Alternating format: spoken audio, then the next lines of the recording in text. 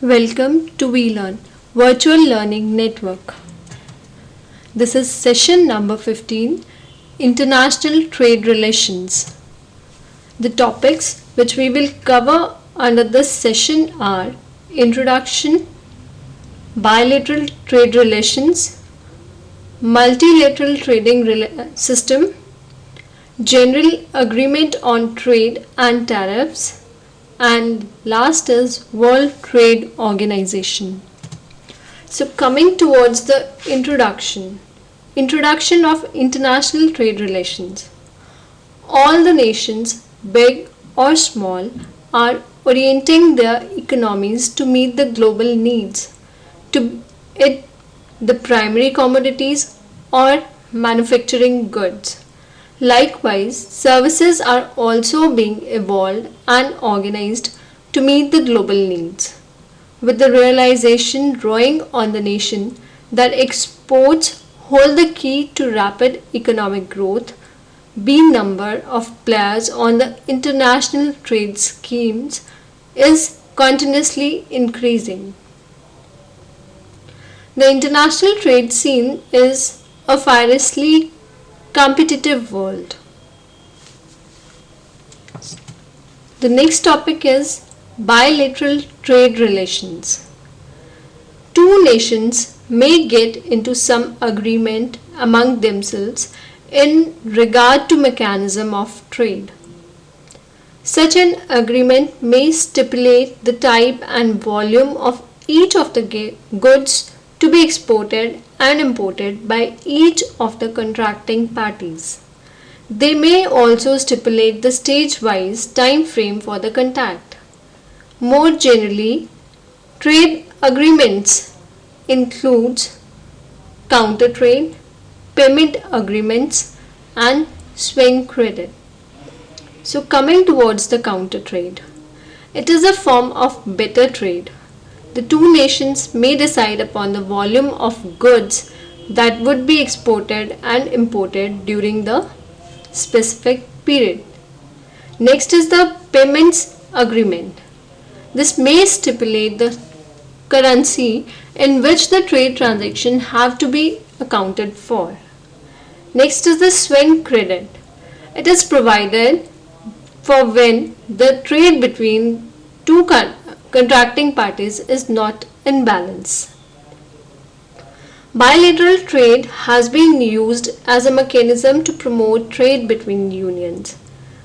It has number of limitations. The main important limitations are: number 1, bilateral mechanism is not an effective way of utilization of a country's resources. On the theoretical basis, the trade between two countries is the idea of comparative advantage. A country exports the commodity or commodities in which it has a comparative advantage over its trading partners. Similarly, it imports those commodities in which the trading partner has a comparative advantage. In a bilateral trade mechanism, comparative advantage come to be limited as between two nations only. And the other disadvantage is it follows from the above that the volume of trade will tend to grow less and be slow under the bilateral system. Coming towards the next topic, that is multilateral trading system.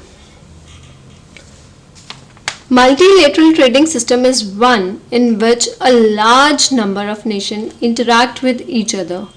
Moreover, generally a multilateral trading system is like a large free market with physical boundaries removed as far as the transaction in and movement of goods are concerned.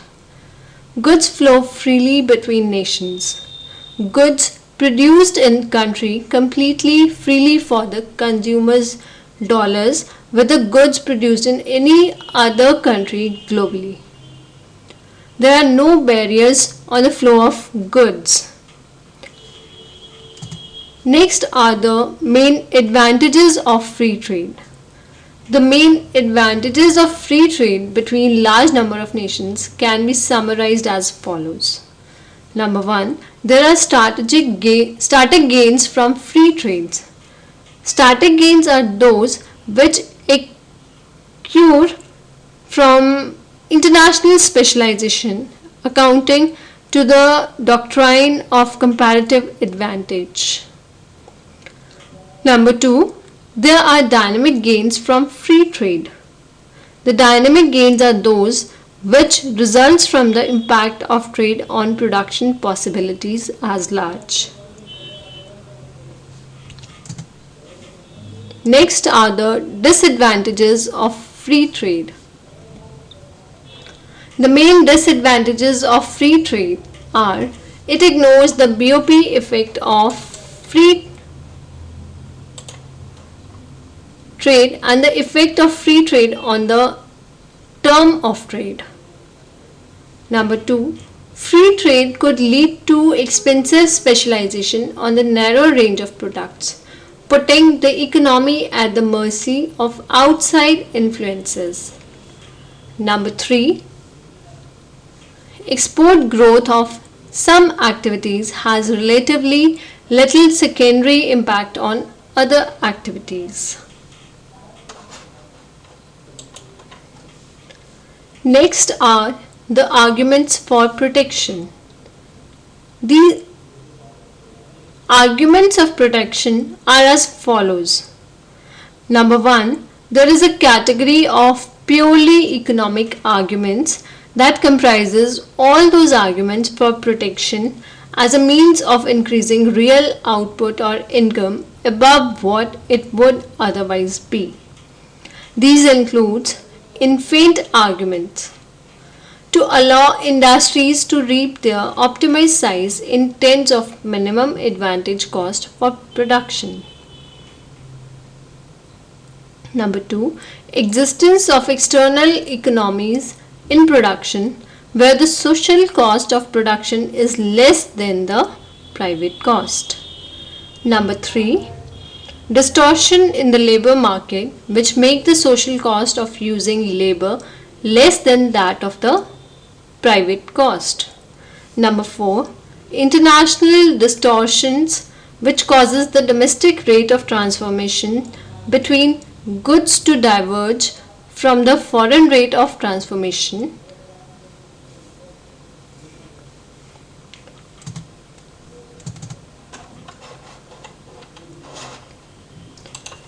Second is, there is a category of non-economic arguments for protection which comprise arguments for protection of its own sake rather than to increase output or income above what it would be otherwise. For example, industrialization at any price or self-sufficiency for strategic reasons would be arguments of this type. Next topic is General Agreement on Trade and Tariffs.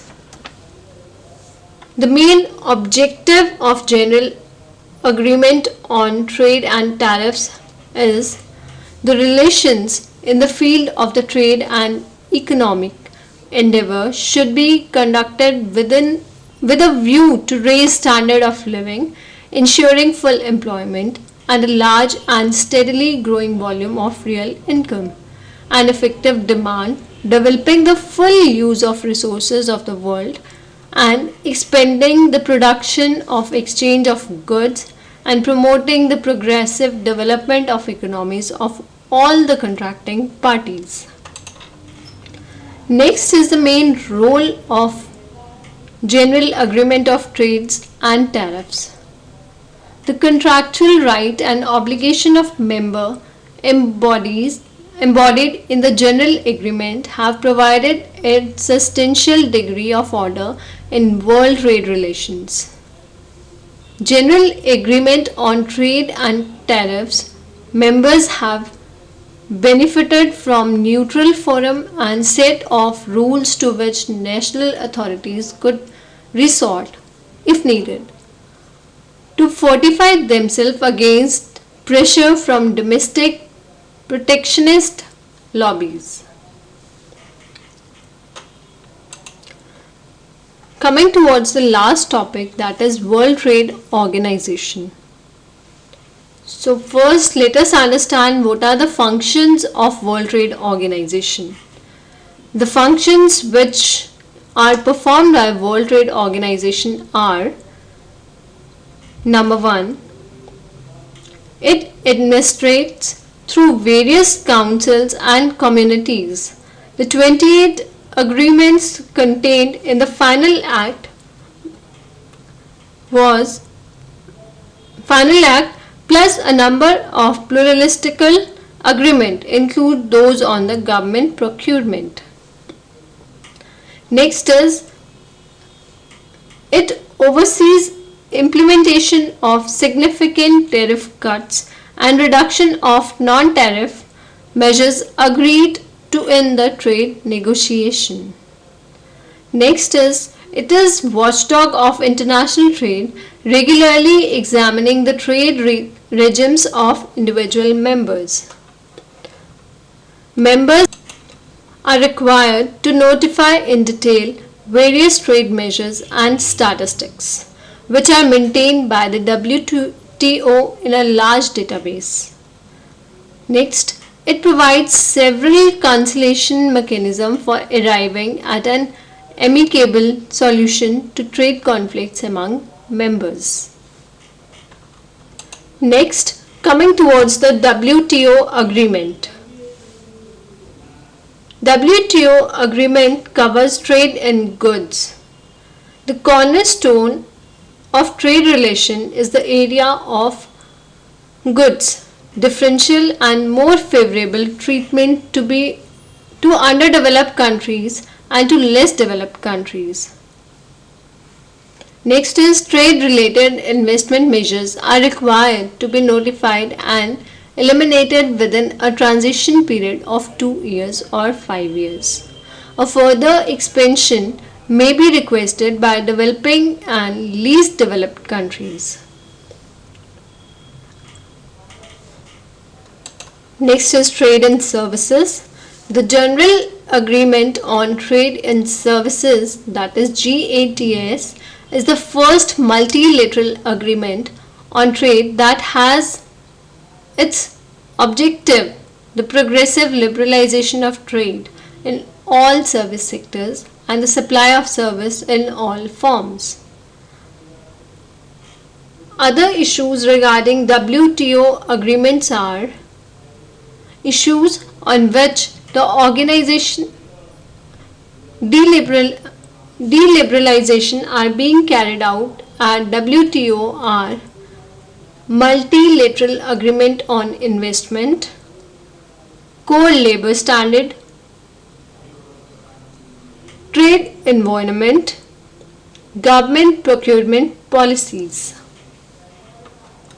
Next is the evolution. The WTO is different from an improvement over the GATT in the following respect. WTO will be more global in its membership. The WTO has introduced commercial activities into the multilateral trading system. GATT provision in case of disputes were time consuming. GATT could charge penalties only through anonymous decision, which are virtually impossible. WTO has one country, one vote principle, unlike in the World Bank and IMF, where the economic strength of rich country translates into a voting majority.